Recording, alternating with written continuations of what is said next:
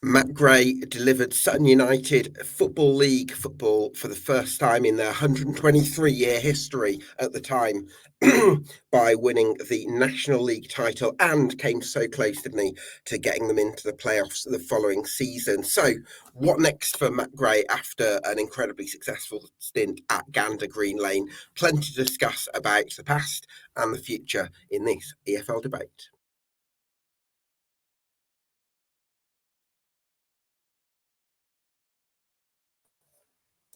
Yes, welcome along to EFL Debate. Get yourself subscribed to us on YouTube and on Spotify, because that would help us out a lot. For now, I'm delighted to be joined by Matt Gray. Matt, thanks so much for joining me. Really appreciate your time. Just talk to me about your time out of work. Yeah, good morning, sorry, Gabriel. Yeah, so I've already crammed a lot in this morning. Really feels like the afternoon. What have I been doing? Well, it's many things, to be honest. It's important, firstly, that I had a bit of a time out, a bit of a break, and a bit of a recharge, and I've certainly done that. And I've had some great holidays and some nice trips that I wouldn't normally get to do during the football season or have time to do. And I felt that was very important to make sure you rest and get your energy levels back up, ready to go again. Of course, now the season's back underway. I'm out watching games of all levels, under 23s, obviously, youth team games.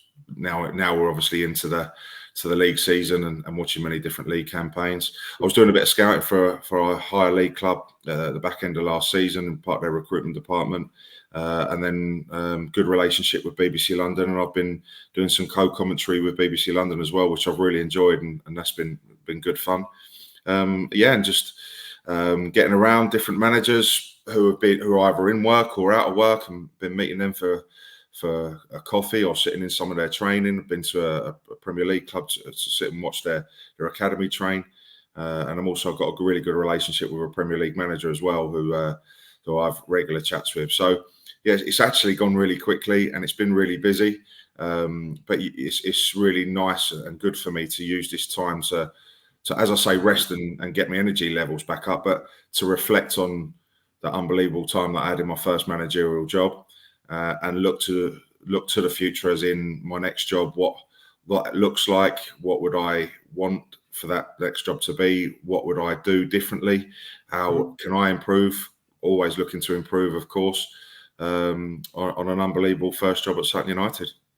Yeah, absolutely. Do you know what? It's interesting, isn't it, Matt? Because I think for any manager, you want your career trajectory to be really linear, right? You always want to be the in-demand manager that's always under contract and always, got other clubs clamoring to sort of poach you away. But I also think, and I've spoken to other managers who have had time out of work, and it can actually be the most valuable time as a manager, because when you're actually in the job, you're constantly match preparation, recruitment, especially if you're at a club where, that you're doing a lot of recruitment and a lot of the operational stuff. You don't really get a chance to, what do different sports do, or what does a successful environment somewhere else look like? Which ideas can I take? You're not really minded that way, I guess, because you're always thinking, which you have to be, very tunnel visioned. I guess the silver lining of time out of work is it actually does give you an opportunity to look and explore different possibilities. 100% correct. And you just look at managers that I've gone and spoken to who've managed many years and so much experience and of what they've done in the game, and the coffees and the chats that I've had with them. And when I can understand managers if they leave a job going into another one very quickly, if they haven't been in their previous one for too long, and the nature of what football management is, that can be the case a fair bit. But when you've been there 4.5 years, and I think I was in the top 5 longest serving Football League managers, including the Premier League. I was top 5 or 6. I can't remember when I left. That a lot of managers, virtually every manager I've spoken to, has said, don't go straight back in and stay out and have a good, at least 6 to 9 months, even possibly a year before you go again. And I've spoken to a manager who's managed several clubs at similar levels, and he's sort of gone from one to the other, and he's decided to have a nice long break and not wanting to get back in yet. So I really feel this is beneficial to me to use this time to recharge, as I keep saying, because I feel that your energy levels are the most important thing when you're going into a job, for you to drive the whole club on, and that's certainly obviously what I did along with my assistant Jason Goodliff when we first come into Sutton, and that's what I've got to do when I get into the next one. And you know, thankfully, with the success we had on our first job, I've had several offers. Four jobs I've actually turned down, and a League Two job I was really close to, that I actually would have liked and really taken in the summer, but just missed out on that one in the final two. So that was a great experience, and now the season's up and running, and I've had that break. I'm now feeling really ready, energised, and looking forward to getting back in. Well, that's great to hear. I wanted to ask you about your influences right at the start of your football journey, Matt, because I think you're in the youth system at Tottenham and then Cardiff City. So just talk to me about those early days. Yeah, the best days. The youth team environment at Spurs was fantastic. Same youth team as Johnny Jackson, who obviously we've come up against a few times. But Pat Holland, my youth team manager, I still see him in and around games, and I say to people, not only the football education that he gave us, the life education as well of morals, respect, hard work, that are very, very important in any walk of life, not just in football, to be successful. And I'm entirely grateful to Pat for that. The first team manager at the time was George Graham, and again, a great manager to look and listen to and be a part of. And Chris Hewton was the reserve team manager at the time, so there was some really good experiences there. And then I was a pro at Cardiff, initially under Bobby Gould, another top manager, and the experience that he's had. And Alan Cork soon took over from him, and Bobby Gould moved upstairs. But some big names, and such a good learning curve from some big names in the game at such a young age for me. And unfortunately, I didn't get to play for many of them. I had 6 operations in 6 years, between 19 and 25, and unfortunately retired at 25. Just couldn't sort my knees and my back out, unfortunately. And but that led me into the coaching path, which gave me a real good head start going into management, and 12 years at different clubs as an assistant manager before getting my first job as a Sutton United manager. Sure. I'm sure we'll come on to that. I wanted to actually ask you about being at Spurs. Did you ever have opportunities to train with the first team at that time? Have you got any good anecdotes from your time with Spurs? Yeah, as I said, we were the first year of the new academy system.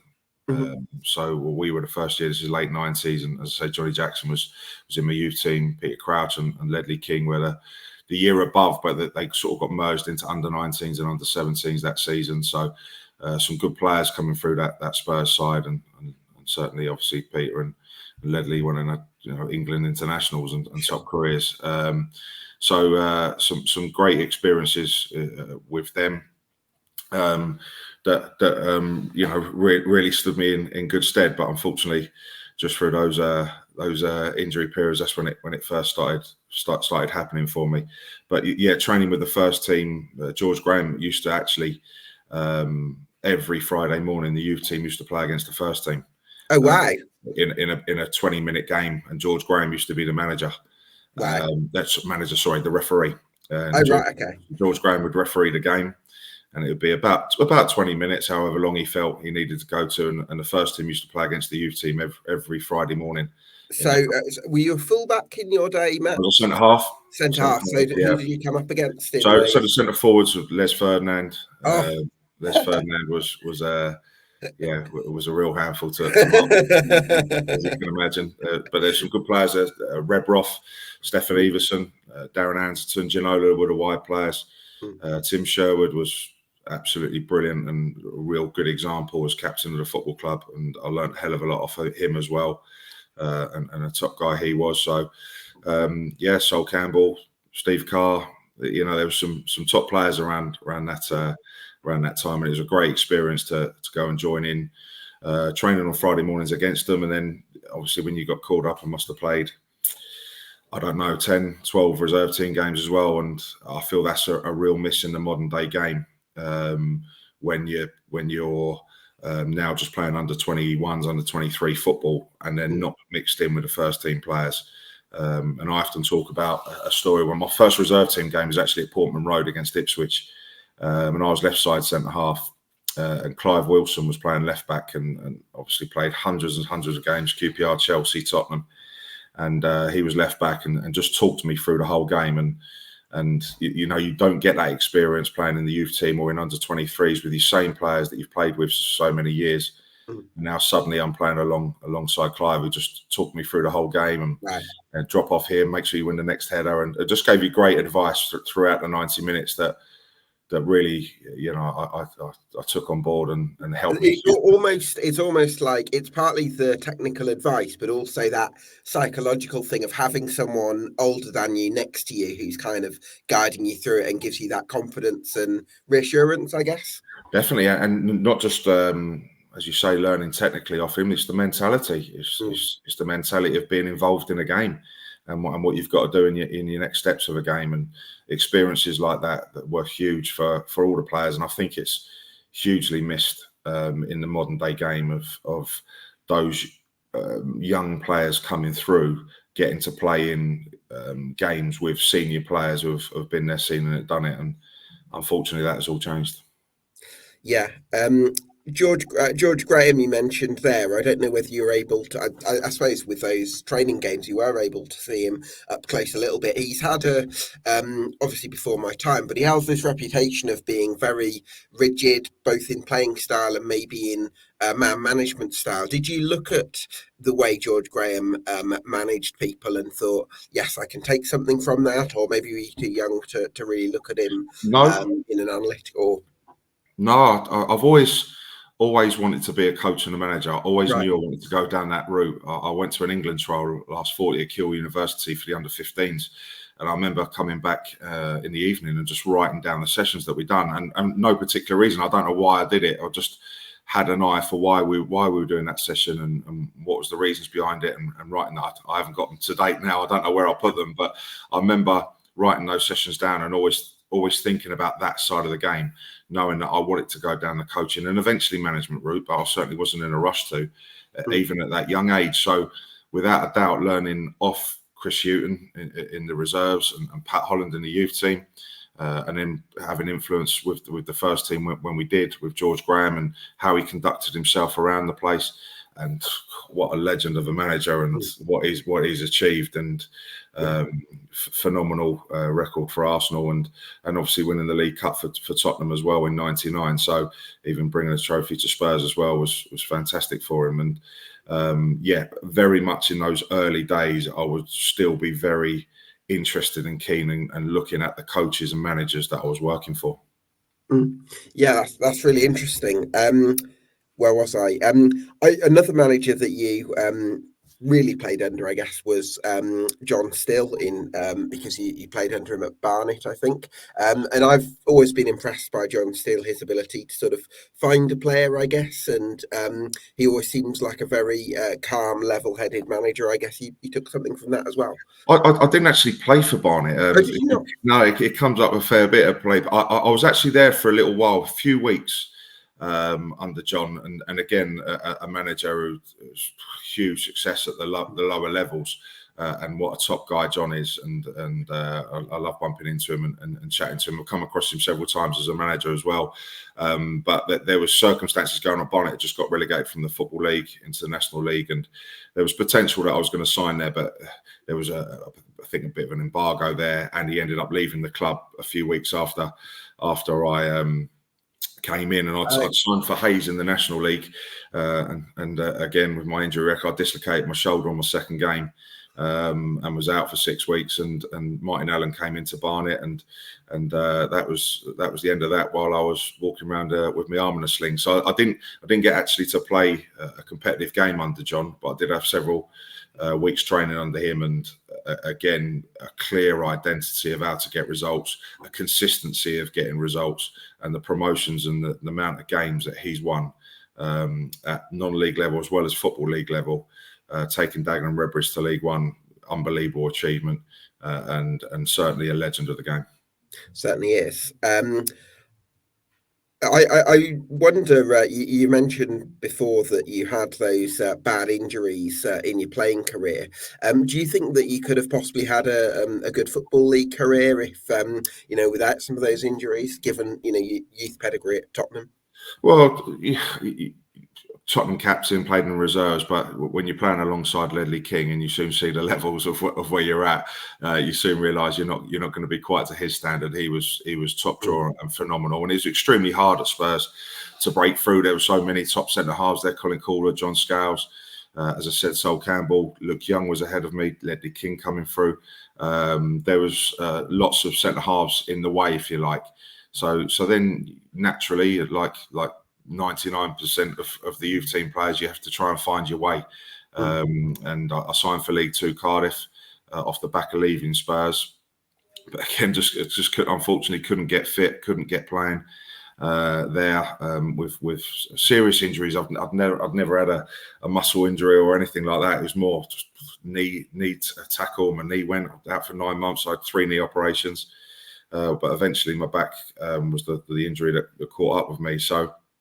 Very frustrating, but a lower league, should we say, League Two National League centre half was probably what would have been my level if I'd managed to stay fit and keep playing games until you're into your early 30s. I think it can sometimes be a blessing from a coaching perspective if you are forced to retire early, because then you have an awful lot of time to I guess prepare and really focus on coaching, because sometimes I look at managers that have come straight out of a really high profile playing career. They've maybe not had as much time to focus just on coaching, and it's a very different requires very different skill. Some skills are similar, but requires different skills to playing. No, it's a hell of a lot different. It really is, and some players can naturally take to it, but it proves very difficult for a lot who don't have that transition period to get used to what they've got to come up and face. And there's so much to it as well, not just the actual coaching. There's so much you have to deal with. And man management, and talking to how you get the best out of your staff, how you get your best out of your players. And probably the biggest thing is how you manage upwards towards the board as well, and your relationship with owners and directors and chairmen. That can prove very difficult for players who have not had those relationships before as a player.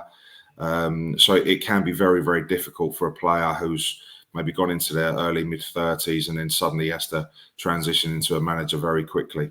But I do feel the ones who have had a little bit of a bedding in terms of being an assistant or a coach somewhere and just getting to see in the dressing room the other side of the line and being on the other side of that, in the meetings and everything, it's on your preparation, does give them in good stead. But whereas my misfortune and unfortunate situation with my injuries and not maximising the potential that I had as a teenager, led me into my coaching career very early, which gave me, and I was certainly in no rush to be a manager, but 12 years experience at different clubs as an assistant manager or as a coach, working under different managers, really gave me that great apprenticeship to be ready for when that day came to be a manager.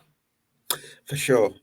I was wondering, when you finished your playing career, what was it a quick transition for you to just say, disappointed with that, but I'm now focusing on becoming a coach at 25, or did it take you a while to maybe get over the disappointment of having to retire and all those injury setbacks? No, I was fortunate. I was straight into it. Right. I was straight into it. I was a manager. I retired under it as a player. Was Ian Baird, having Waterlooville. And I was sort of mid-season there, and I did some scouting for him, and then he gave me a coaching job in the summer. But very quickly after that, he left and got the manager's job at Eastleigh. So at 25, a month or so into the season, I'm now working with Bairdy as an assistant manager at Eastleigh, and that was extremely young to be an assistant manager, but a great experience, and I still speak to him, get on great with Bairdy. And there's so much time and respect for him, and learn a hell of a lot off of him. What specifically would you say you learned from Ian Baird then, Matt? so much his work ethic, the way he held the dressing room and the way he held his staff, the players run through a brick wall for him. He stood no nonsense, but everyone came in with a smile on their face and loved playing for him, and loved training for him, and loved being in the environment that he created. But on the flip side, they knew where they stood with him, and they knew where the line was, and you knew that if you came off for 1 second without working hard, that you get told, and it was fair and it was straight. And I had a great working relationship with Birdie as well as a friendship, and there were 4 great years there at Eastleigh. Yeah, I think that's the challenge for a manager, because I don't know that as great as, for instance, George Graham was for his time, I don't know that style of management quite works now. I think you've got to give a little bit as a manager, I imagine, in terms of having a good relationship with players and being approachable and having that sort of friendly side, but then also knowing when to draw a line and actually show a bit of authority. I think, and that's the balance Birdie had. The players loved him. They thought he was funny. They enjoyed his training sessions. They enjoyed playing under him. He's got a real sense of humour, and they loved playing for him, and he felt really approachable, and they could go and talk to him. But they also knew if they stepped out of line, they would get told. And I just think that's the perfect way. And I learned so much of that success that he brought within that change room, and we got into the playoffs and had some really good players and a good side, and that was certainly created from the environment that he set and the discipline that he set as well, which was great. And you talk about George Graham, I probably wasn't day to day in that environment to know too much of exactly what he created, but one thing you do know with George Graham, the players certainly play for him, and of course, he has some unbelievable players as well. So it would have been lovely to work closer with him, but unfortunately not. For sure. So you mentioned that you had 12 years as an assistant, which is quite a long lead-in time, and I think you alluded to it earlier. That helped you when it came to actually being the number one, because you'd sort of been on the other side of the line, if you like, for a long time. Yeah, it did. And as I say, different managers that I've managed to work under. Dean Holdsworth, Andy Scott as well, Dermot Drummie at Crawley. So a real variety of different managers, all with huge strengths that I look to lean on and use. And they were some great times, some good League Cup runs and some good experiences, and playing Man United in the League Cup at Aldershot in the Football League, and then going through a tough time with administration, not getting paid for 5 months, wondering if there would be a club. Having a -10 points deduction starting the season, and managed to stay up. And so I've felt that I've witnessed every part and action of the game that's required, on the highs and the lows. Which you say, all through those experiences of people I work with, not just managers but other staff members, players as well, levels, cup runs. It all stood me in good stead, that I suddenly started feeling that I was getting to a point in my late 30s that I was starting to feel that I was ready to be a manager and looking to make that step as to go to be a number one. Yeah, I mean, you worked with Dermot Drummie, and I guess that's mental health is a really important thing, I think, for men in football, that they're able to talk about their sort of feelings, I guess. Was that quite a haunting experience, knowing what happened with Dermot? Yeah, it was obviously extremely tragic, but what happened to him, but and such a good friend and so close to him I was. It was terribly sad, but my memories and my thoughts of Dermot are only happy and positive ones, and what a happy and positive guy he was. He was great to be around. He was funny.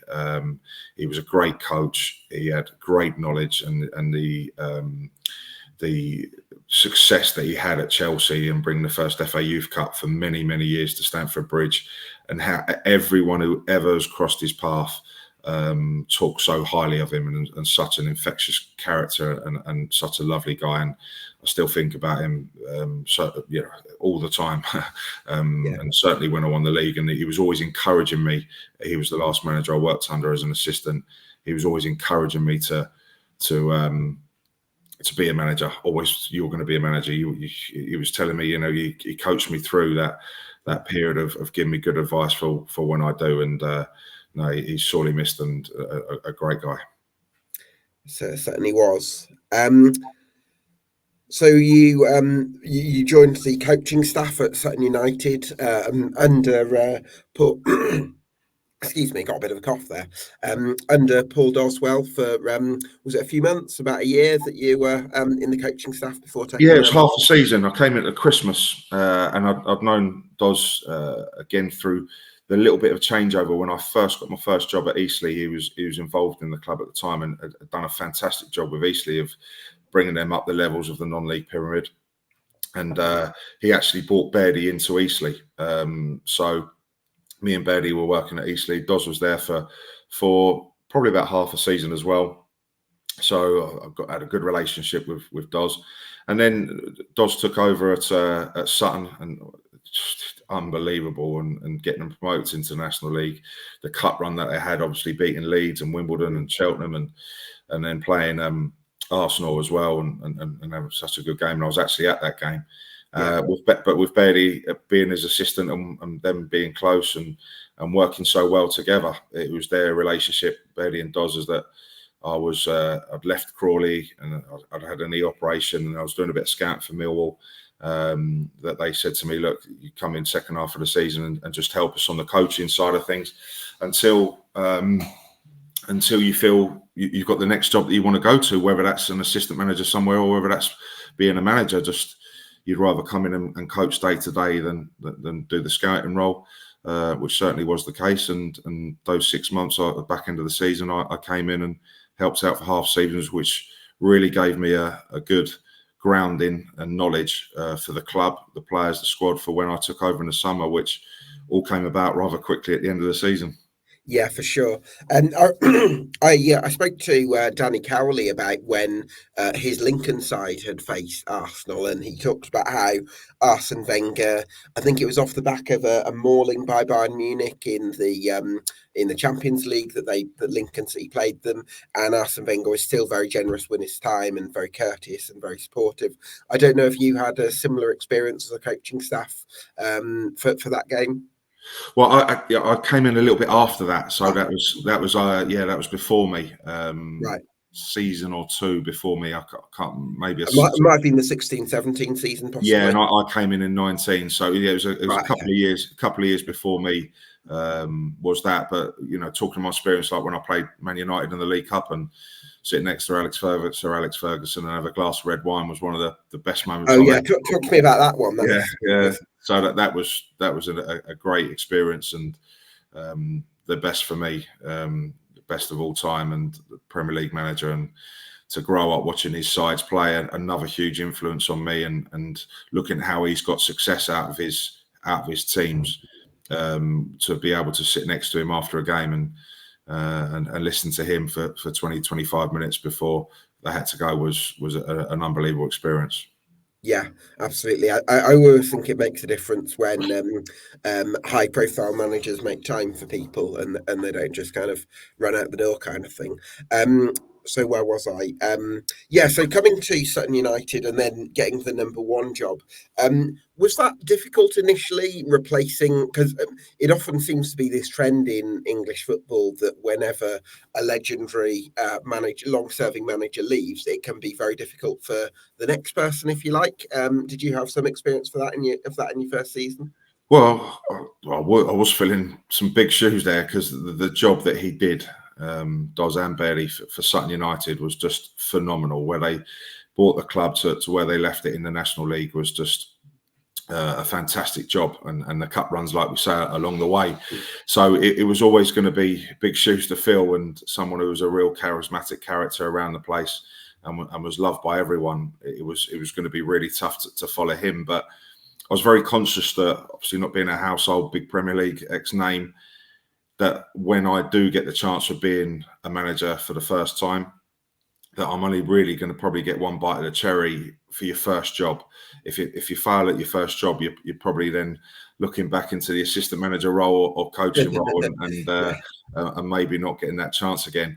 But I knew when I had to take my first job that certain things had to be right. And the biggest thing for me, which was a blessing of me working for the club for half a season, was getting to know the chairman, the vice chairman, and the board of directors at the time were just absolutely fantastic people. And I absolutely felt that budgets are, of course, of importance. The club, the location, there's many factors that you want to be ticked when you take a job. But for me, the most important thing to get success within a football club is your relationship with the people you're working with upstairs. And as long as you're on the same page and all in together, clear and transparent, that you're going to have success. And, you know, the chairman, Bruce Elliott, joked at the time, you know, all I've got to do is keep him in the National League. Failed in taking him out. But that was true. I remember the second interview that I had, and him saying to me, just keep us in here. We're punching above our weight in the National League. And you know, you just sort of try and keep us in the division, which is the sort of job that I was going to get as my first job. And I backed myself to keep Sutton up in the National League. But I just knew that I'd be working with good people there, and then having the insight of the squad and knowing what I'd like to keep, change, tweak, have my impact on, was again a good grounding of having that second half of the season to look at all those ins and outs there as well. And I really felt Sutton was the perfect job to be my first managerial job. Yeah, can you talk a little bit more detail about that that long-serving board of directors, including Bruce Elliott, and the way they helped you during your time there? Well, they were all volunteers. Bruce has been chairman nearly 30 years. Before, I think about 27 years when I took over. Right. He'd been chairman for, and he needs to take some huge credit for where that football club is as well. Huge credit. Were they 7th or 8th tier? Or I'm sure they won the Isthmian League. Yeah, they were National South, Isthmian Premier or Southern Premier, whichever level. I think it's more Isthmian Premier that they dropped down to, but National South and a little bit up and down. But he always run the club so professionally, so organised. Never got in financial trouble. What they brought in is what they didn't spend above their means, and he created such a community spirit and togetherness amongst that football club. And Bruce Elliott, I've just got so much admiration and respect for what he's done for the club. And now, of course, managers come and go, and there's been some highs and there's been some lows.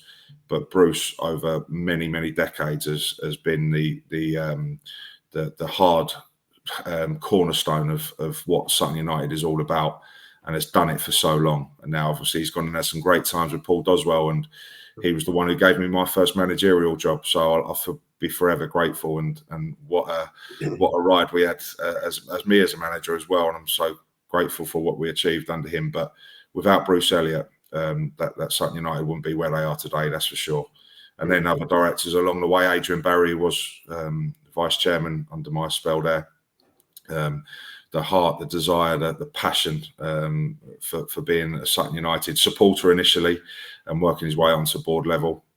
And it'd be unfair to go and name too many others, but they were certainly the two great people I still speak to. They're just absolutely brilliant. And the success we had was certainly me and Jason in terms of manager assistant, but working with the chairman and vice chairman, and our working relationship is why we had so much success at Sutton United. And I was so grateful and lucky to have such a good chairman and board of directors when I first took over.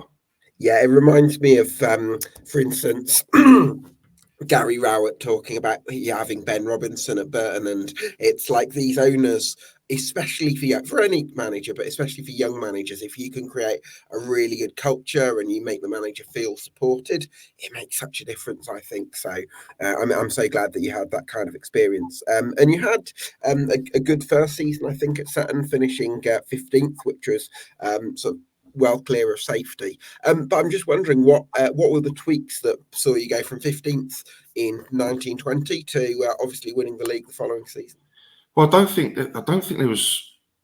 I just didn't get off to a great start. My first 5 games as manager, I'd won 2, drawn 3. So I thought, okay, nice steady start. And then I had one win in 14, Mm.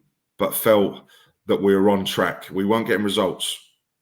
We were not getting results, but I felt that performances, and we were on track to turn the corner. And I That's remember, frustrating, just to sort of pause on that bit, because sometimes as a manager, when the performances, you feel like that they're there, but the results aren't matching up, that's quite a frustrating time, because you've got to sort of try and stay level-headed when maybe some of the fans might be getting a bit restless or. yeah, and certainly my first managerial job as well, and it Mm. was a real eye opener and a tough start in that run. But the performances were there, but also I knew what I needed to change and tweak, and the squad that I inherited, and a couple of personnel changes. And the biggest thing, Jason is phenomenal at it, and I pride myself and all my background as well, is that the biggest thing, other than your relationship with the chairman and the board, the next best thing, or the biggest thing you have to do, is get your recruitment right. And that is what we did. Our recruitment was unbelievable. And, the players that we signed of all different ages and backgrounds, but the recruitment that we got right. Tony Bullivant as a scout. It wasn't initially. He certainly Oh, helped okay. in the last couple of years. He joined when we moved into the Football League, and a great friend of mine, Terry, and fantastic. And I worked with him previously at several clubs, and his knowledge of players, and certainly helped in the last couple of years, of course. But at the start, right in that first season, when we were tweaking it, we just really felt that we got the recruitment spot on, and the players that we signed around that first half of the season gradually coming in, plus a couple of injuries coming back. Captain Eastman was out for that period. Omar Bugel being injured. But then we turned a corner first week in November. We'd had a bad run. And from then until when we stopped just for COVID, I think we'd played 19 games from that big turning point that everyone talks about around Sutton, the supporters and the board, of beating Torquay away. We just dropped into the bottom three for the first time. Torquay was second in the league. And we went down there and beat them 2-1 and never looked back. We played 19 more games that season, and we lost 3 from them. And we were 8 points off the playoffs, sitting in 15th, 8 points off the playoffs with 8 games to go, and we were the ones chasing them down. I'm not saying I don't think we would have got there, but we certainly wouldn't have been far away. And I just knew going into that lockdown period that when the season did get back up and running, that the run that we'd been on for those last 19 games, that I thought if we could stay pretty as we were squad wise, and hit the ground running, that I didn't think we could be far away, and I believed we could possibly challenge for the playoffs. And that's what I was looking forward to over that lockdown period. And again, you talk about a period that I felt really helped me, which is helping me now, to be honest. Is I'd been an assistant for 12 years. I'd had my first season, not quite full season, 8 games short, obviously because of the lockdown. But that lockdown period really gave me time to get energised, but to really analyse my first season as a manager and what tweaks I'd do, for good or for bad. Look at our recruitment, sign a couple more to give us the best chance going into my second season as a manager, and that's certainly what that lockdown period allowed me to do personally as Matt Gray, manager of Sutton United. Yeah, absolutely. That 4-4-2 template as well. That I love the wingers, David Ajiboye and Will Randall, just because they're like Duracell bunnies, aren't they? They never stop running, and it's so important, I think, for the way that your sides play, to have those kind of wingers who can really get forward and support the front two, but also be back and make the team compact when needed as well. Definitely, not just the wingers. I feel just with my formation, 4-4-2. Yes, sometimes it is 4-4-2. There's variations off of 4-4-2 for me that can be tweaked on and off the ball against many different systems. And of course, people naturally think it's 4-4-2, and it would be. I'm not saying it's not, but there's variations within that. Naturally, people say you've got 2 wingers and you play a back 4 and you've got 2 strikers, and so you're 4-4-2. But the job that Omar Bougel did, dropping into midfield, wingers pushing on 4-2-3-1, some days 4-3-3, all depending on what we were playing against, whether we're home or away, different systems, different styles. But the flexibility I like within that 4-4-2 system of playing two strikers, playing wingers, two midfield players who've got legs, energy, and can pass the ball. And I've always liked a back four. And, you talk about different managers and George Graham winning it with similar systems, and Sir Alex Ferguson winning Man United, playing pretty much always a four. Loved wingers, loved two strikers, but would Rooney drop back into midfield off the back? Sure. And there was flexibility in how they played, and that's certainly how I like my teams to play as well.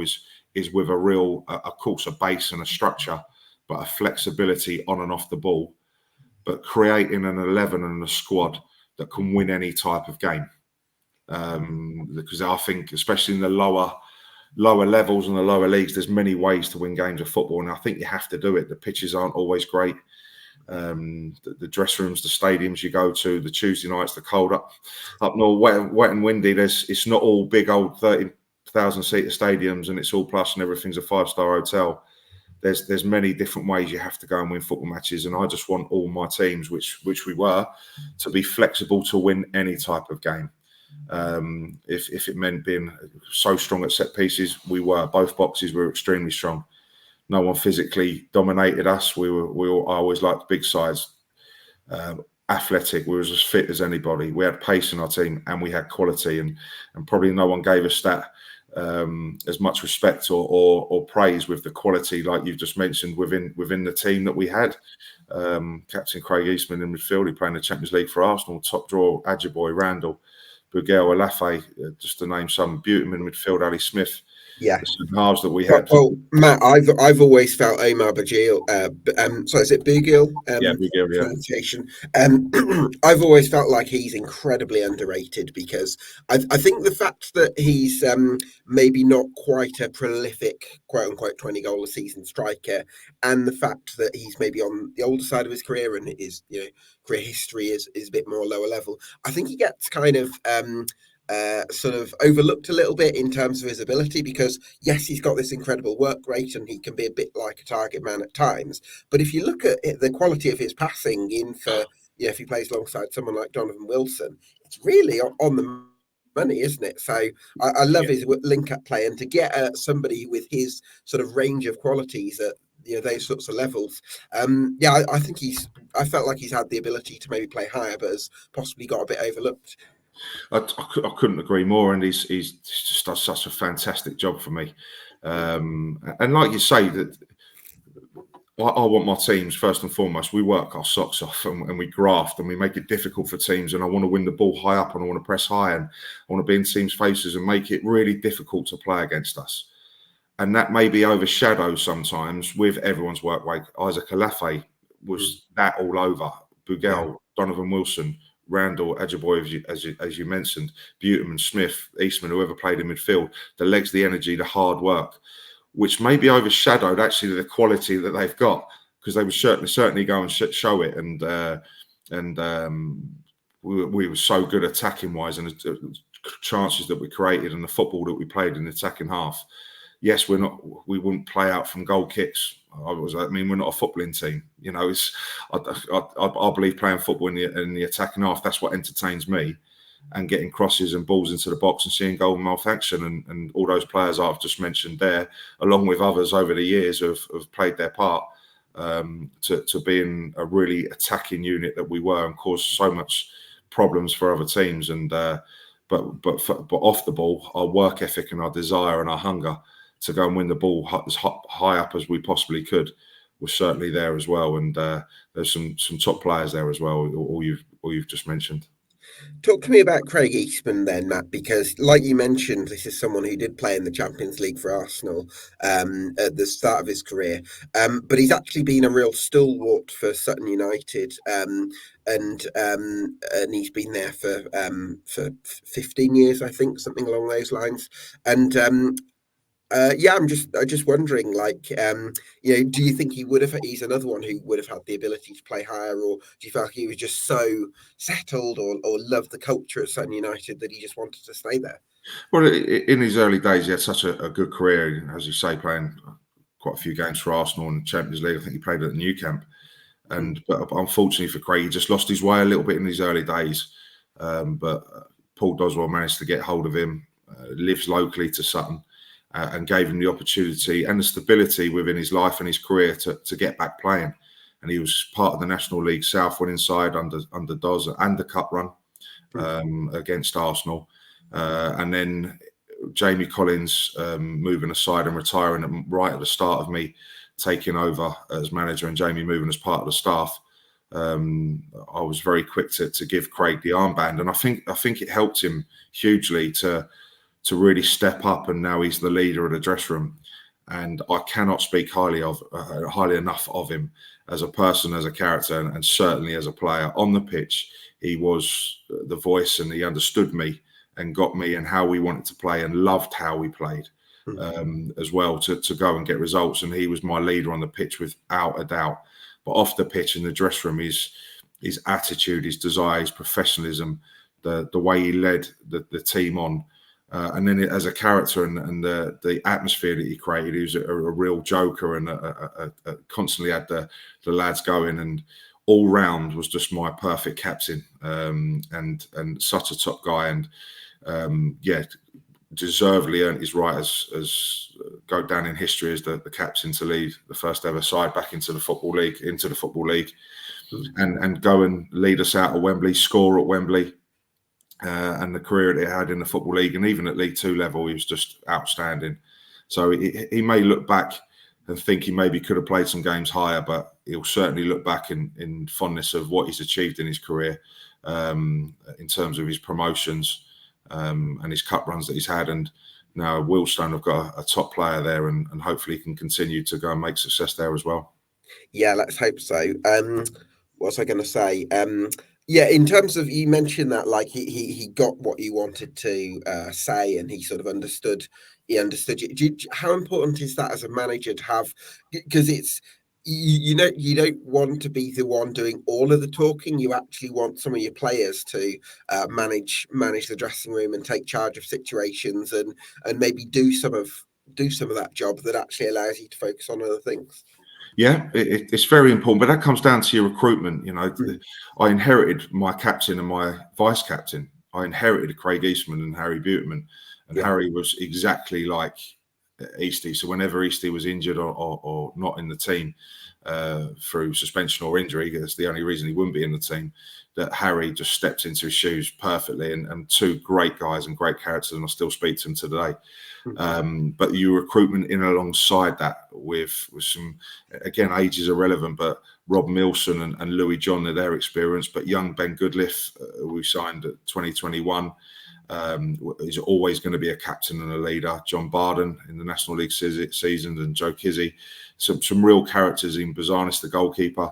There was characters and leaders all around the pitch, and as I say, there's so many facets of being successful, but the players' togetherness and buying into how we get football results and enjoying how we get football results, and the flexibility and the variety in how we got results, meant that they led themselves on. And of course, I'm the manager, and Jace, the assistant, with me and the staff, and obviously have our input. But what a great bunch of players that we managed to recruit and build together to have the success that we had.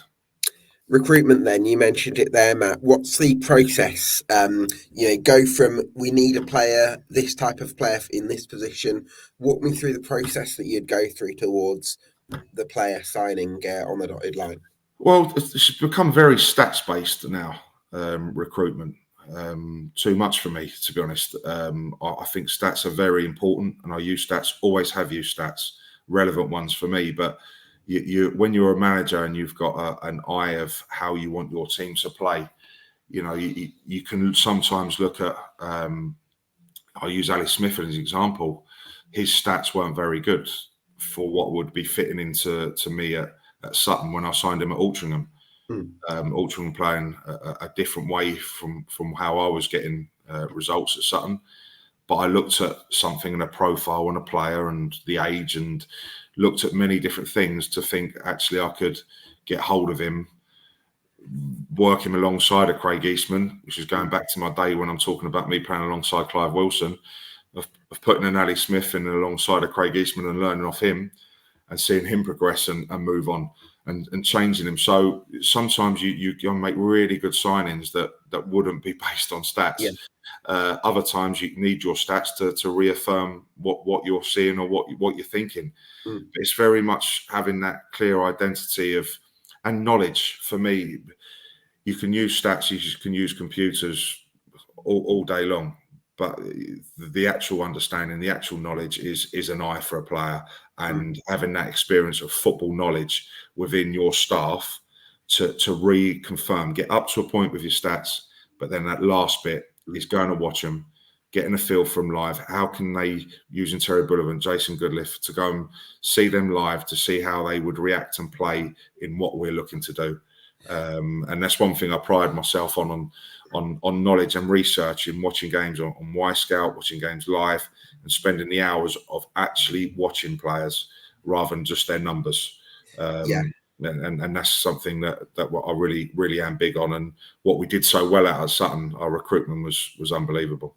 Well, let me give you a journalistic example of that, Matt. I wrote for one of my clients, The Analyst, and they were they're very data driven as a sort of outlet, if you like. And I think I got assigned to write something about Fabio Carvalho, his player on loan at Fulham, I think at the time, from Liverpool.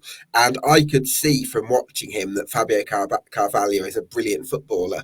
But when I looked through the stats, I couldn't find anything. He wasn't like top in any particular metric, but I could see from having, and it was quite a frustrating thing because you're sort of trying to find the stats to sort of back up what you pretty much know from watching. So I can see how data can definitely bring a value in football to sort of back up a kind of the quantity versus to sort of back up what you see, because you can't always necessarily watch a player in all of those games. So I can see a value from that point of view, but I think it's got to be led by what you're seeing in front of your eyes, because otherwise it's difficult to really rely on. I think you have your boxes you want ticked for the different positions that you want. So you'd have your priorities that you'd want from your centre half. Yeah. Now, do you want your centre half being more comfortable on the ball than he is aerially dominant? That's your personal opinion as a manager to how you want your team to play. But so as a manager, you would see how your team is going to go and get success, and how you want your team to play, and what you have to do throughout the course of the season to go and get a result. So you have your boxes that you need to get ticked for your certain positions. Now that's then when you go and use your analysts and your data to now go and produce a list of what players tick those boxes with what data and numbers that they're producing. Now that list now might produce 4, 5, 6 players. Now then you get into your knowledge and your understanding and looking at those players in their environment, in their system. I use Dom Telford for an example, sure, who stats were unbelievable at Newport County. The leading goal scorer in League Two. Yeah. Absolutely frightening stats. Playing in a certain system with 2 up front off of Baker Richardson. Yeah. In a certain style, in a certain system, which meant his stats were fantastic. Yeah. Crawley signed for Crawley, different style, no right or wrong, different style, different formation, not playing one up front, not playing with a target man. And suddenly for Dom, he found it really hard to get going. And his stats now in the following season are completely different to the other one. So you can't live your life by them. You can use them and maximise as much as you possibly can. And I really do. And I'm massive on it. But you do have to look at the attributes of those stats and data and player and person and logistics and character and age and desire, all to come and fit into what you're trying to create. And that football knowledge is the last bit that I feel is the most important. I think so too. I think you've got to have a vision, if you like, of how this player is going to fit into my team, and I think the best recruitment processes have a real clear idea of that. Handling agents, Matt, is that something that you've had to do a lot of in your time as a manager, making phone calls and all that kind of thing? I mean, I Yeah, imagine, yeah. yeah. There was, when we came up to the Football League, and throughout the whole 4.5 years, I was working very closely with Bruce and Adrian on the board with the budget and signing on players. And Bruce would always, give me the final say so, but I was the one going to do the deals and get them over line and dealing with the agents and all what you have to deal with that. Now, in the way the game is going, and certainly in recent times, other people, directors of football, whatever, may be taking that responsibility off the managers now, which actually I think is quite important to do so. Would that be a relief for you then? 100%, yeah. That is, sort of, like anything. There's good agents, there's bad agents. There's in any walk of life, there's good and bad in whatever you do, and some are good to deal with, and some are hard to deal with. But it can really drain you, take your time, take your energy. And I certainly felt that this time last year in the off season, when for sort of no fault of our own, some we did want to move on, some we didn't. But 13 new players. So when I'm coming to the end of my 4th season and 4 tough years, you need that break, you need that holiday, you need that recharge. And when you're feeling you're on the phone non-stop to agents and trying to get deals done and meeting players, it can actually be really draining and tiring. And you can go back into pre-season or the season and not feel refreshed at all. And that was certainly really hard last year with the amount of recruitment that I had to do. Whereas in previous years, after the first initial burst of recruitment when I took the job, it was a little turnover, 4 or 5 each season, which was easily bearable and allowed me to recharge. But with losing so many last year, it felt like we're starting again and trying to sign, as I say, 13 new players. It really does drain the manager, and I can see why managers now, with all what they've got to deal with, don't need the added stress and pressure of having to deal with agents, players, negotiations, and allowing someone else from the club to take that on. And I really hope in my next job that I've got that in place. Have you had any situations where you've thought a deal was all done and dusted, and then they'd not signed, and then they went somewhere else, or has that happened to you? Yeah, many times. Yeah, waiting to come in for a medical. This time last year, I had a centre forward who scored a lot of goals, and I'd be really pleased. I thought he was going to be a great asset to us, and literally thought he was coming in for a medical in the morning, and got a phone call late that previous night, and he went and signed for another League Two club who came in last minute and again offered more money. So it was the nature of where we were, but it was a huge blow to us, missing out on that one. Yeah, that must be tough. I think there's lots of good agents as well who have the right intentions, but there's maybe others who are kind of have maybe different ideas. So where was I? That first season in the EFL, you've just missed out on the playoffs on the final day. Finished 8th, I think it was. That was an incredible effort, wasn't it? Just to get to not only stay in the EFL, but also make a playoff charge and take it so late into the season. Yeah, it was. With obviously being the favourites to go straight back down, and Sutton being there for the first time, and what we were at the end of the National League season to what we had to do over a very short summer, because the season went on because of the COVID season. The season before, we finished late, and then I think we only had a 4-week off season before the pre-season started again. And the amount of work that I had to do on the footballing side, but the club had to do as well to get ready. We played our first couple of home games away from home, and it was such a busy period. And to convert from a 3/4 time National League side who trained on the 3G pitch at the stadium, I was driving around looking for training grounds. We travelled everywhere on the day in the National League season. So now I'm ringing up coach companies and booking coach companies to make sure we get our overnight stay right and how we did things. And it was very much overnight trying to build a club, a football league club, as well as trying to manage one, and it was extremely taxing. So to achieve what we did in that first season was just unbelievable in terms of the momentum that we had and the togetherness we had within the football club. A Wembley final in there as well, beating Wigan in the semi-final, and being seconds away from beating Rotherham in the final at Wembley. Finished on 76 points, which I believe is the first time in 15 years that League Two team has finished on 76 points and not got in the playoffs. And you even look at Crawley. I think Scott's done an unbelievable job at Crawley. They've started the season so well, but you know they've got in the playoffs in the last spot with 70 points last season and managed to win at Wembley. And that's of course that's the way it goes, and that's with football. And you just felt really hard done by when we went to Harrogate on the last day of the season, and we had to win and hope one of three teams dropped a point. One of three teams to draw, and we had to win, and we did our part and won 2-0. But unfortunately, all the other three teams won as well, and we missed out by a point. But looking back, such an unbelievable season. Of course, the National League season will go down as the best, as in winning the league and getting promoted as champions for the first time in the club's history. Of course, will be the best season, but that certainly runs it close. In terms of the first ever season in the Football League, 76 points, the highest league finish the club's ever had, obviously finishing 8th, and then a Wembley final in there as well was an unbelievable season. Was Wembley your first visit in a professional capacity, Matt? Yes, it was, yeah. And what a great experience, and a day for good and bad that you'll never forget.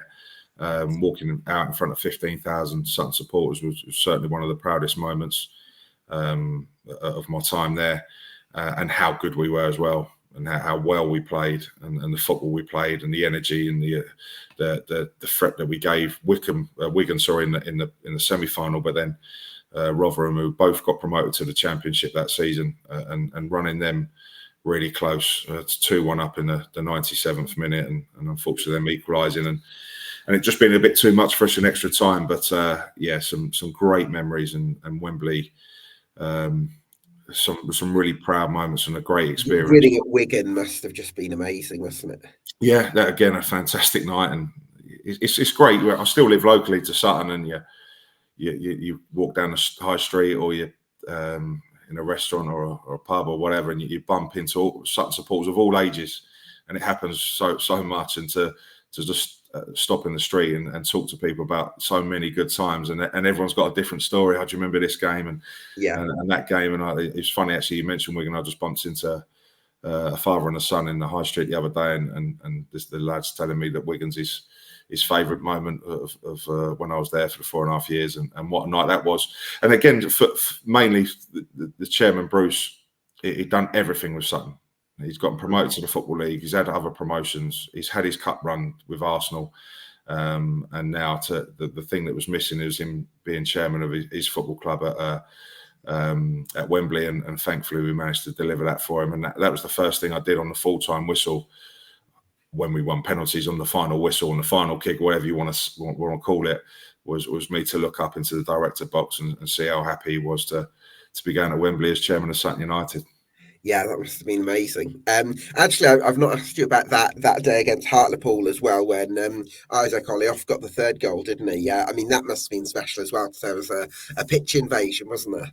Yeah, but a restricted crowd, unfortunately, was due to COVID. We were only allowed 1,100 in. Of course, it would have been a sellout, and the ground would have been absolutely packed, that's a shame. It was a shame. When COVID restrictions, we were only allowed 1,100 in there, and it was the first game other than one-off when the restrictions were slightly lifted, maybe halfway through the season. We played in front of a small crowd against Solihull, again due to COVID restrictions.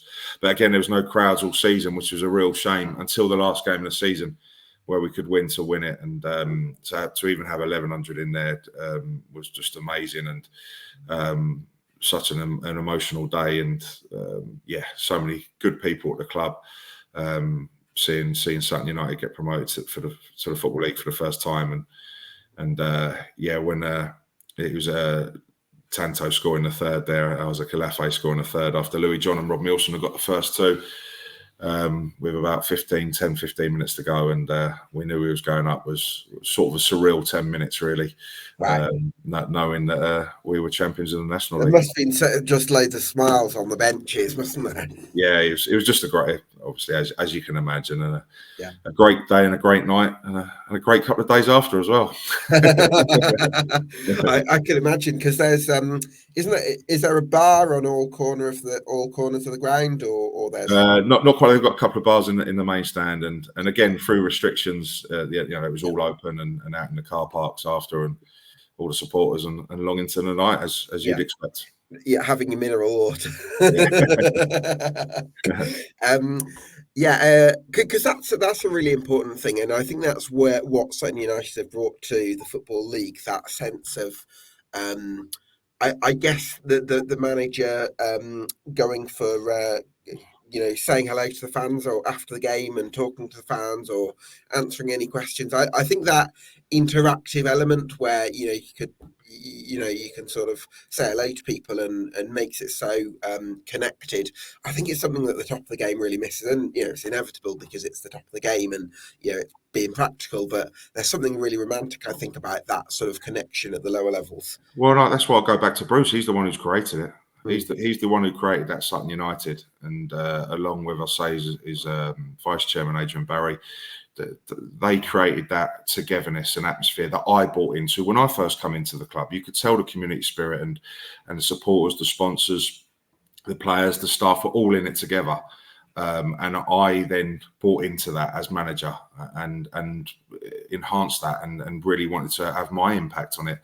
And win, lose or draw, I would always go into the bar in the vice president's lounge and be connected to the supporters and had a real unity with the whole club and sponsors evenings it was what Bruce created and I certainly bought into along with Jason and what we had and what made it so special and what created the success for us.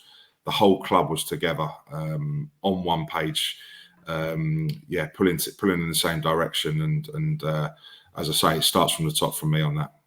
Certainly does, and I guess that spirit kind of carried you through the 22-23 season, because you had the first half of the season absolutely decimated by injuries. I think he was into double figures, the number of players that he had out, and then I was at the Wimbledon game where you won 1-0 and you had Boldevine playing right back and then Kizzy playing at centre back and players playing out of position. I think you had a youngster playing in midfield as well, and it's sort of cobbled together a little bit, if you like, and you managed to pull off a 1-0 derby victory, and it's that sort of spirit that I guess carried you through and even kept you into the sort of playoff conversation at one point. Well, it did.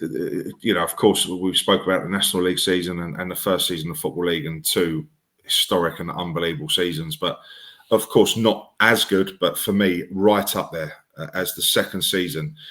Everyone in the press and reports, second season syndrome, this is going to be the hardest league. This is going to be the hardest season for you. And when you add in injuries to that, in the first third of the season, certainly Ben Goodliff having a terrible cruciate ligament injury and being so lucky on the opening day and missing so many big players for that first bit of the season, we really stuck together, kept grinding results out. As you say, makeshift teams. And then once we started getting our players fit, getting some key players back into the team, we really turned the corner around Christmas time and really kicked on. And we went into the Easter weekend, 4 points off the playoffs, with, I think, 11 or 12 games to go. So we were right in the mix again to be challenging for the playoffs in our second season. Unfortunately, we lost 1-0 at home to Stockport in a really tight game. And then Leyton Orient as well, which is obviously went up as champions and two unbelievable strikes from 30 yards meant we lost 2-0 on the day, which just stopped the dream of the playoffs suddenly over that weekend, took those two results away from us, and meant we probably weren't going to get into the playoffs, and our season fizzled out a bit, which can happen, but still to finish mid-table in the second season after what we achieved in the previous two was an absolute huge achievement as well, and another great season for the football club. Certainly was. I mentioned earlier how important David Ajiboye, who returned on loan in that 22-23 season, the second half of it, him and Will Randall were to making that 4-4-1-1 system work. 4-2-3-1, 4-4-2. Call it what you Exactly, want. I also felt like losing them and maybe not replacing them with quite the same profile of player. Do you think that maybe the profile of players that you could have done something different in terms of the replacements? I found that the hardest is once we're an established, 2 seasons as a football league club.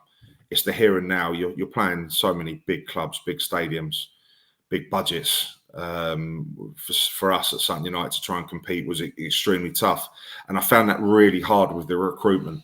When you look at Will Randall, who I signed coming and getting released from Wolves under 23s, I signed David Ajiboye from Worthing. And we built these players up to be what they were. You needed a bit more of the here and now. And no disrespect to lower non-league clubs, you weren't going to go and take a gamble as such on a player because you needed it here and now. And I found with the players who had done so well for us for 4 years, we were struggling to keep hold of them. They were being recognised by bigger and clubs with bigger budgets, and we weren't going to be able to keep hold of these players. So then to try and replace them for like, I mean, you just sold David Ajiboye to League One Peterborough. What you just think you're going to pluck someone else out of non-league and just replace him? It's extremely tough. Well, I do get that. Like, I think replacing the same level of ability as Ajiboye and Randall would have been incredibly difficult. Yeah. I suppose I look at somebody like Amari Patrick, and I've always thought of him as maybe more of an inside forward, or someone that likes maybe part of a front three rather than a midfield four. So that was kind of my feeling, because I looked at the midfield setup across the four, and it looked a bit more. Dare I say, possibly disjointed in that third season. And it was. Well, I mean, Amari, probably the main reason he signed for us actually, because he just got promoted to Carlisle, is he wanted to play as a winger. He didn't want to play as a forward, and he wanted to play as a winger, which I could see me trying to work with him in that position. But yeah, midfield wise, losing Ali Smith was a huge blow. But again, a great person, character, player, and to see him move on as well from signing him from Altrincham, moving him on to Lincoln. I was delighted for him. Another huge player to try and replace was extremely tough. But in that first half of last season, your captain's massive, and him having such a bad hamstring injury so early on, and him being out of the team. Now, when you're signing 13 new players and your voice, your captain, your leader on the pitch is also not on there to talk and to organise and to get that information onto the new players, was a huge blow for us when Eastie got injured so early on in the season. Scott Cashgate coming in with that pace and power and the legs and energy, to go and press when we didn't have the ball, but to stretch teams in behind, and him fortunately doing his cruciating third or fourth game of the season as well was another huge blow for us. Harry Smith getting sent off and missing a chunk as a suspension. And then I had a real issue at left back as well, with both my two left backs being injured for that period, and then playing makeshift people, right footers at left back, didn't give us the balance, didn't get the attacking side we wanted into our play. So it became a very difficult period, of course, in the first half of that last season. A good League Cup run kept us going. We had a really good League Cup run, but won at Wickham, didn't you? Yeah, and just couldn't quite get it going in the league at the time in those early stages. But I felt I'd really started to turn a corner with performances. We lost at home to Morecambe and away to Wrexham, but the performances were certainly there. Then we went 5 unbeaten with draws, but some good draws in there before obviously the terrible result at Stockport, which them coming off the back of getting beat by Aldershot a couple of days earlier, they were like the wounded animal. It was a sellout at Stockport. They were obviously the champions. They were the best team in the league. They had the best players, the best squad. And again, we're going there a little bit makeshift. Players playing that position, players not fit. and it seemed that everything they touched went in, and it was a bad day for us, of course. But I really, aside to that, I felt that we were turning the corner. I felt players were coming back. Eastman was coming back. Left backs were coming back, and the players that I had lined up to come and sign for us in January, I really felt that we were going to have a right good go, like we did when we got our injured players back in the previous season. Around Christmas time, we kicked right on, and I believed that we was going to do the same again. But unfortunately, I didn't get the opportunity to do so. Yeah, I can certainly see how that third season in the Football League would have been incredibly challenging, with the loss of 6 key players and those injuries that you mentioned. Is there anything, Matt, that you think, if you put Matt Gray in that situation, summer 2023 again, is there anything that you feel like you might have done differently? No, not at the time. You couldn't look back and say, "Oh, I wouldn't have signed him at the time. I wouldn't have signed him."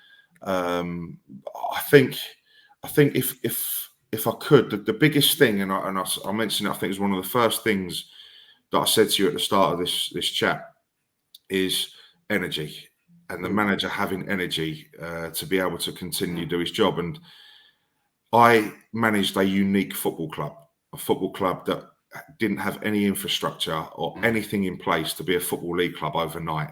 You look at the likes of the teams who have got promoted since we won the National League, in terms of Chesterfield, Notts County, Wrexham, Stockport, and even Bromley to a degree, who have never been a Football League club. But you look at their infrastructure and what they've built up to be ready to be a football club over many years, their facilities, their foundations, personnel behind the scenes is all ready to go and have a right good go at being a Football League club. And I'm sure Bromley would be a huge success, because that they seem a fantastic club from the outside. Whereas we all we had to do was try and stay in the National League. We've achieved a miracle overnight, and now we've suddenly got to try and be a Football League overnight. And it's so hard, and it took a hell of a lot out of me personally. In everything to do with a football club had to come through me, in terms of how we're doing this, what should we do here, in many building players, building the squad, building the staff, finding the training ground, how we're travelling, nutrition, becoming a full-time manager as well. It was a hell of a lot, and I moved down from North London down to South London to try and be nearer the club to do so, to give myself the best opportunity. But I felt, I feel when I go into my next job, I'd like to feel that it's going to be more established, and the infrastructure there, that there's nobody's fault at Sutton. It is what it is, and it was what it was. We wouldn't change it, by the way, of what we did. Of course we wouldn't. But yeah, it's just, and I speak to other managers in recent months and go into clubs and Premier League clubs and League One clubs I've been into, and you look at how the managers work and what their workload is and what is taken off of them and away from them. And that's important when I go into my next job, that my strength is recruitment, and my strength is managing the team and getting the best out of the players, man management wise, that they want to run through a brick wall for me and the club, and many ways to go and win a football match. And so I need to concentrate on those things. So everything else needs to be taken off that manager, which is I see at near enough every other place. And as I said to you earlier on in the interview, that 4 years I've done a hell of a lot, and my energy had been drained a touch. To then have that summer of probably when I needed to recharge, probably be the busiest summer that I had to do on recruitment. it all led into me probably not being at my most energetic and best, and you've got to maximise the manager, and I probably wasn't maximised in that first half of last season as well. It's very interesting, actually, because I've spoken to other managers on this podcast who had a similar remit, where they've been in control of so much in terms of the recruitment process, and carried so much responsibility, both with training and match days and recruitment, and such a big remit, and they can do really well for a few seasons, but in that last season, it can sometimes, a few seasons in, sometimes it can all be difficult. So sometimes that time to recharge can be really valuable. Just to recap, just sort of finish off on Sutton United, Joe has said, legend of our club, hope you're doing well, Matt. But I also asked Mike from the Sutton podcast to send us a video to as a sort of a message, and here's what he had to say. Matt, thank you so much from the fan point of view for the promotion. Obviously, everything you've done for the club, getting us to Wembley. Decided on the promotion T-shirt to be the bigger of the two things, but it was a toss-up between which one was which. But both fantastic. You know you're a club legend in the Hall of Fame. All Sutton fans love you for what you've done for the club. Took us to a brand new level. Personally, for the podcast, thank you so much. You came on when I was very nervous and didn't really know what I was doing. Now I'm less nervous, but I still don't know what I'm doing. But you gave me a lot of kudos and credibility, and other people came on because of you. Lots of people listened because you gave me that gravitas or whatever. So yeah, thank you so much for everything you've done, giving up all your time. Best of luck for the future, and do stay in touch. Take care. Bye. Well, it's great that you're able to make that sort of impact on people at Sutton United. Yeah, it is, and as I say, still living reasonably local to the area, to bump into so many supporters of all ages and just talk about the great times, and they don't all last forever, do they? The great times don't last forever.